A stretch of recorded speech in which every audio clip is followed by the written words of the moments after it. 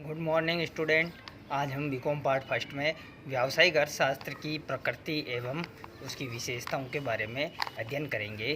तो सबसे पहले व्यावसायिक अर्थशास्त्र के बारे में आज अपन अध्ययन करते हैं। व्यावसायिक अर्थशास्त्र का उद्देश्य यह है या यह बताना है कि आर्थिक विश्लेषण का उपयोग यानी कि जो उस संस्था के व्यय और आय से संबंधित जितने भी विश्लेषण हुए हैं, जो भी उस फर्म द्वारा किए गए हैं, उनका उन नीतियों में किस प्रकार से प्रयोग किया गया है ताकि वो फर्म लाभ कमाते हुए तो अपन व्यवसाय में जो आर्थिक गतिविधियाँ हैं उसके विश्लेषण के बारे में अपन अध्ययन करेंगे।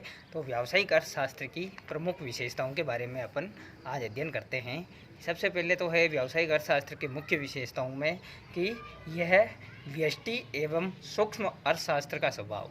यह बड़े स्तर का अध्ययन नहीं करके बाजार के छोटे रूप का अध्ययन करता है कि किसी क्षेत्र विशेष का अध्ययन करता है, जिससे वहाँ पे उन वस्तुओं की मांगी जाने वाली मात्रा, उन वस्तुओं का किस प्रकार से वहाँ पे लोकप्रिय होना या उन वस्तुओं पर कितना दबाव होना, कितनी डिमांड होना, यह सब इंगित करता है कि उस बाज़ार विशेष में उस वस्तु विशेष की मांग सबसे ज़्यादा है या अपने उत्पादन की मांग सबसे ज़्यादा है। तो सबसे पहले हम यही समझेंगे कि उस सूक्ष्म क्षेत्र में अपने उत्पादन को किस प्रकार से अपन वहाँ पे समायोजित करें ताकि अपने उत्पादन की मांग निरंतर बनी रहे। फर्म का अर्थशास्त्र से मतलब है कि किसी विशेष फर्म या किसी विशेष संस्था के द्वारा निर्मित माल को ही ज़्यादातर उपयोग में लाया जाता है।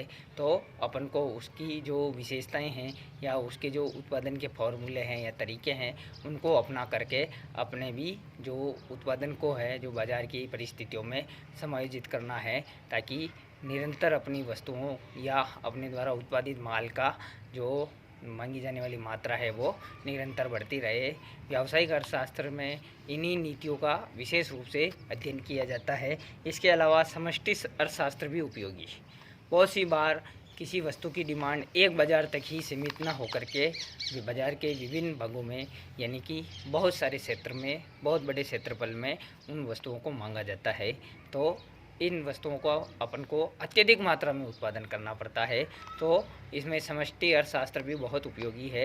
बहुत बड़ा क्षेत्र इसमें मांगा जाता है। आज के जो कंपटीशन का बाज़ार है, जहाँ पे बहुत प्रतिस्पर्धा बढ़ गई है, उसके लिए अलग अलग विभिन्न प्रकार के बाज़ारों की जो मांग है उनका अपन अध्ययन विशेष रूप से करते हैं। तो अपने उत्पाद को भारत के या विश्व के हर कोने पर पहुँचाने का हर उत्पादक अपना ये चाहता है कि व्यवसाय का प्रसारण हो और व्यवसाय फले फूले।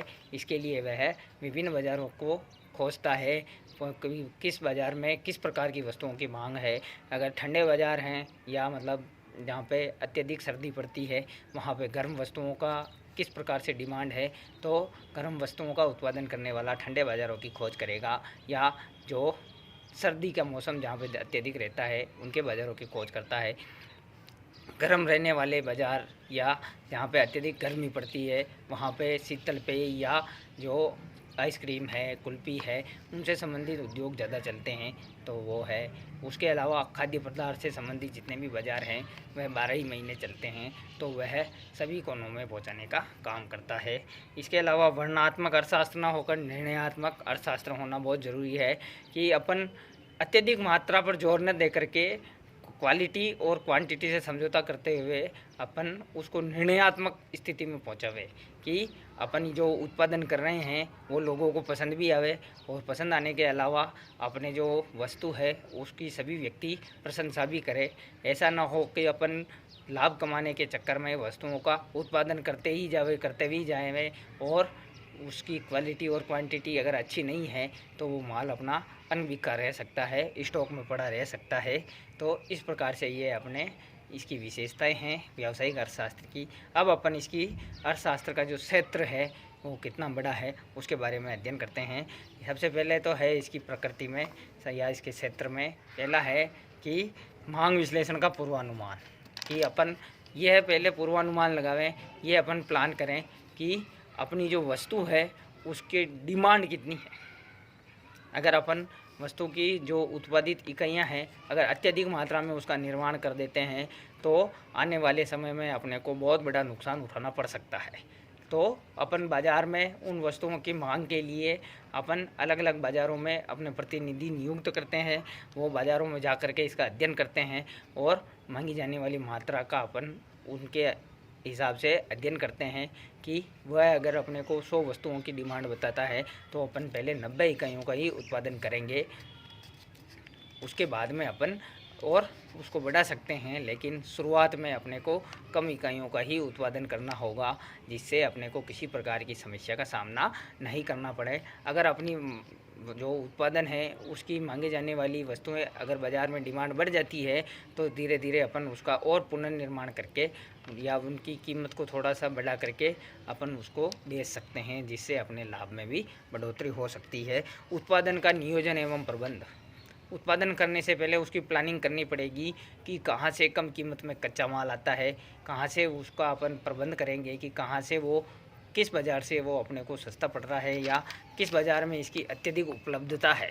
अगर अपन एक ही बाज़ार से परमानेंट ख़रीदते हैं या लगातार एक ही बाज़ार से अपन उस वस्तु को ख़रीदते हैं तो वहाँ पे ख़रीदी जाने वाली मात्रा की कीमत बढ़ सकती है। इसलिए अलग अलग बाज़ारों में उसका अध्ययन करना पड़ेगा। उसके लिए अपने को अलग अलग मैनेजमेंट का अध्ययन करना पड़ता है या मैनेजमेंट को बिठाना पड़ता है, ताकि वह अलग अलग बाज़ारों में उस वस्तु की खोज के बारे में ध्यान देता है और अपने को इससे कुछ मात्रा में अपने को प्रॉफिट भी हो सकता है। मूल्य निर्धारण संबंधी नीतियाँ अगला टॉपिक है अपना पॉइंट है कि मूल्य निर्धारण से संबंधित जो भी नीतियाँ है वो अपने को बनानी पड़ेगी कि अगर बाज़ार में कितने कंपटीटर है, सभी कंपटीटर की कीमत कितनी है और कितनी मात्रा में वो उस वस्तु को दे रहे हैं।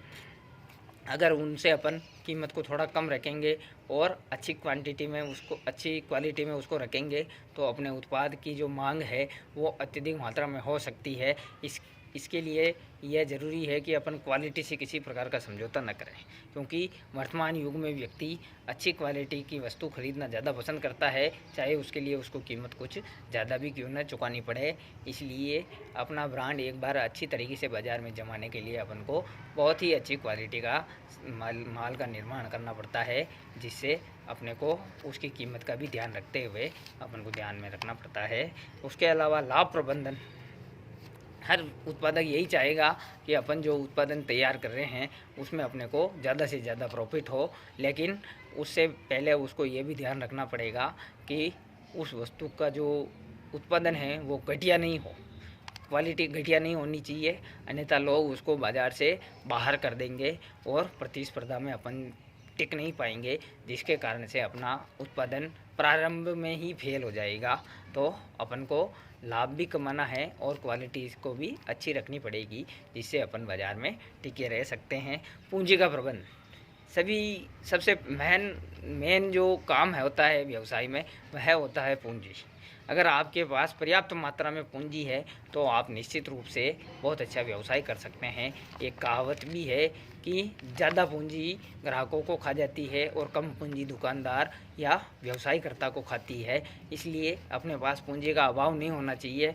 अपन ग्राहकों को स्वतः ही अपने वश में कर सकते हैं, अच्छा माल बना करके और अत्यधिक मात्रा में उसका उत्पादन करके अपन सप्लाई कर सकते हैं, जिससे अपन निकट भविष्य में बहुत अच्छा लाभ का प्रबंध कर सकते हैं। तो पूंजी का अभाव किसी भी हालत में नहीं होना चाहिए, नहीं तो अपन बाज़ार की प्रतिस्पर्धा से बाहर हो जाएंगे।